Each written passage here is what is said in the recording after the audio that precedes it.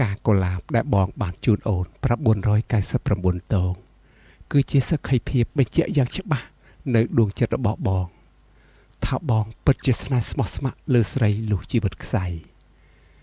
ទោះជាកុលាបរុះរោយអស់នៃយ៉ាងណា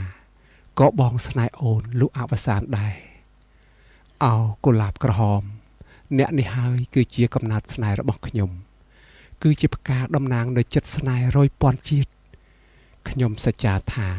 មិនចោលម្ចាស់របស់អ្នកឡើយកុលាបក្រហម